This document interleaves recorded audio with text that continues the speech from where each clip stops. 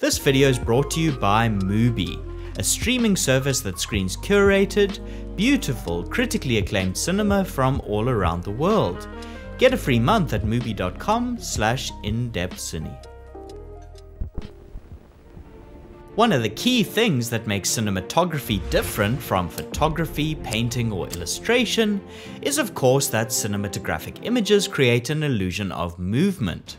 How smooth or jerky this motion appears when captured is dependent on the important camera setting of shutter angle or shutter speed. Let's use this video to unpack what shutter angle is, explain the differences between shutter angle and shutter speed, and then look at some examples from movies that have used the shutter to create interesting visual effects.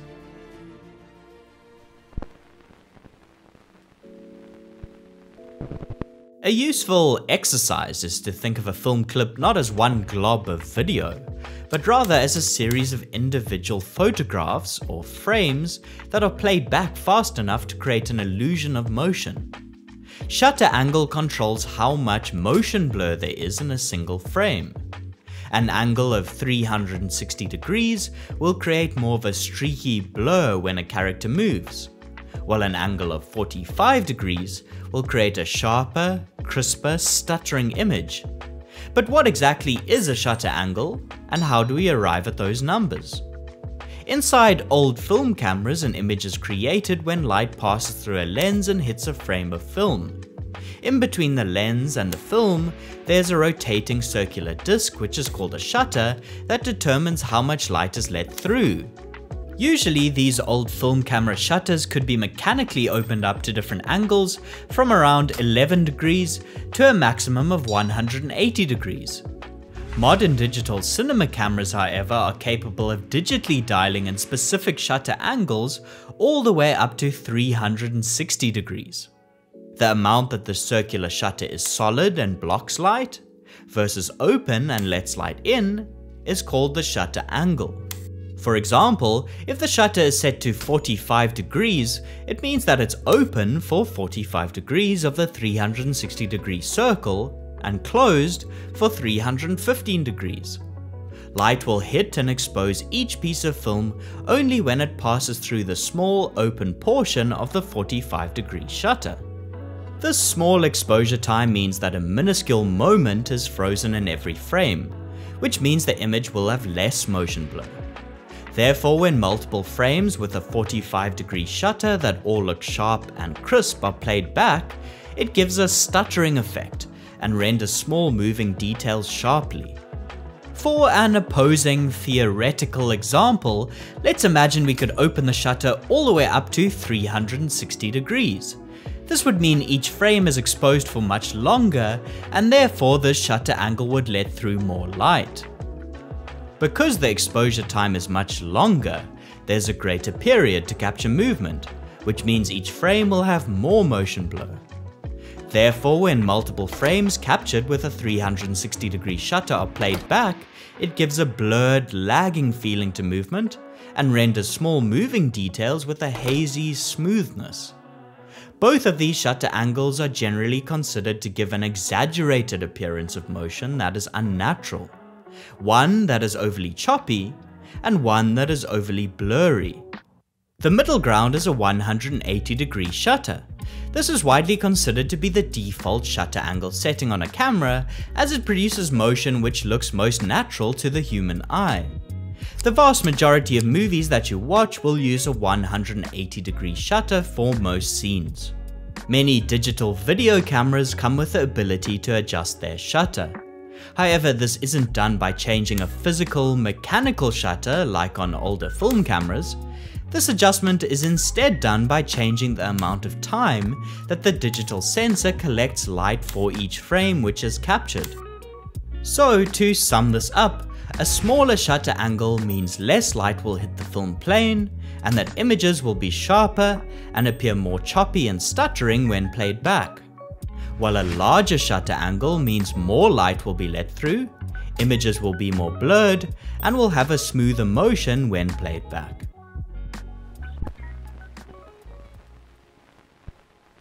If you use a broadcast or consumer video camera rather than a cinema camera, The measurement of the shutter will likely be displayed as a shutter speed rather than a shutter angle. Shutter speed is rooted in the same fundamental concepts as shutter angle, but with a few small differences. Instead of being displayed as the angle of the shutter that blocks the light, it's displayed as the amount of time that each individual frame is exposed to light for. A good rule of thumb to get an equivalent 180-degree shutter angle is to take the frame rate that you're shooting at, for example 25 frames per second, and double it, so a shutter speed of 1/50th of a second. This is the reason that tutorial videos talking about camera settings will advise you to use a 50th of a second shutter speed on DSLR or mirrorless cameras. The issue with using shutter speed, and why it isn't used on high-end cinema cameras, is because it requires you to do slightly clunky calculations about shutter speed every time you want to change the frame rate on the camera. Many cinematographers want to maintain the same feeling of normal motion blur by using a 180-degree shutter angle across the whole project. On cinema cameras you can set it to 180 degrees and leave it there, so that whether you're shooting 24, 33 or 200 frames per second, you will always have the same shutter angle that produces the same feeling of motion blur. However, if you're using shutter speed and want to maintain the same 180-degree shutter angle, then you need to perform a calculation and change the shutter speed setting every time that you want to shoot at a different frame rate. If you're shooting at 24 frames per second and want a 180-degree shutter angle, the shutter speed must be doubled or set to 1/48. If you change to shoot 60 frames per second, then you need to change the shutter speed to 1/120. At 200 frames per second, your shutter needs to be 1/400th of a second. Using shutter angle eliminates the need to change the shutter speed when you alter the frame rate on the camera. It does it automatically, so to speak. Another reason that cinematographers may want to use angle rather than speed is that it gives you the ability to dial in a very specific shutter. For example, some DPs shooting at 24 frames per second like to shoot with a shutter angle of 172.8 degrees. This is because when shooting in countries that use 50 Hz electricity to power lights, they will not have an undesirable flickering or strobing effect when the camera shoots at 172.8 degrees.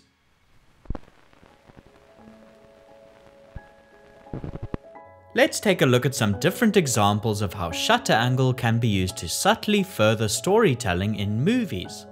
The first shows how a narrow shutter angle can be used to introduce a jittery feeling of urgency and panic that recreates the emotional reality of on-the-ground warfare. Saving Private Ryan was never meant to be thrilling. It was never meant to be an adventure. It was meant to be a recreation, a kind of a documentation of the closest I could get to the experiences of those who fought there. All the research that we did really brought that scene to life because it was ugly, because it was honest, and it had to be ugly because that's the way it was.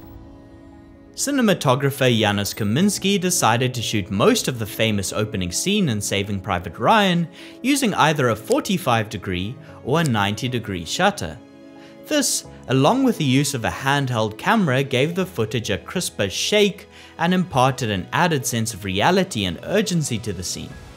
Using a narrow shutter angle also had a pronounced effect on the explosions that were happening around the characters. If we pause on a frame with an explosion, you can see individual chunks of sand flying through the air. Because of the shorter exposure time, there's less motion blur, so every individual grain of sand stands out as crisp, giving the scene a literal grittiness. Digital cinema cameras came onto the scene with an added ability that film cameras didn't have, being able to shoot with a wide shutter angle past 180 degrees. One of the earliest examples of a filmmaker using this technology reportedly occurred in the shooting of Michael Mann's Collateral. Shooting with a wide open shutter angle served two purposes. First and foremost, it let more light into the camera. This allowed them to shoot night exterior shots in very low light conditions, which they otherwise wouldn't have had enough light for. Visually, it also gave the city a more blurry, hazy, glowing feel, which made the city itself feel like one of the movie's characters. It's an interesting example of letting the camera shape the feeling of the environment on screen. It's nighttime, and I just cranked the shutter open and just went down to 6 frames. If you can't afford to do something, it's good to find a solution that gives the feeling of something. You have the impression of a battle and a fight rather than actually saying, oh, he was there and he went that way and the horse went this way. It was the feeling of, it was the emotion of being in a battle rather than the actual historical outlay of who went where and when they crossed the line. John Matheson pulled from 2 different techniques, shutter speed and frame rate, when shooting the battle scenes in Gladiator to visually affect the feeling of motion in the image. On the one hand, he used a choppy 45-degree shutter angle to reveal the sword's movement as it swung wildly, which increased the feeling of intensity and made the combat feel more aggressive and sharper. On the other hand, he employed a different technique, separate from shutter angle, to increase motion blur and slow time down. He did this by shooting with a slow frame rate of 6 frames per second that allowed the film to be exposed for much longer and therefore blurred any movement.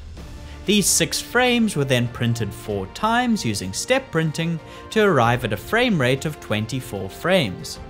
Combining these 2 different approaches to movement meant that action scenes were shot in a more experimental way that emphasized the emotions and feeling of being in a battle, rather than just trying to portray it accurately.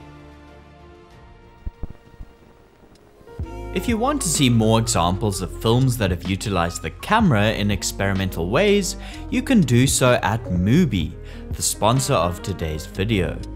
MUBI streams a hand-picked selection of beautiful, interesting, and award-winning films. An experimental filmmaker whose work I really enjoy is Apichatpong Weerasethakul. His movies cover themes such as memories and use the camera and form of the filmmaking in unusual ways to express his dreamy visions.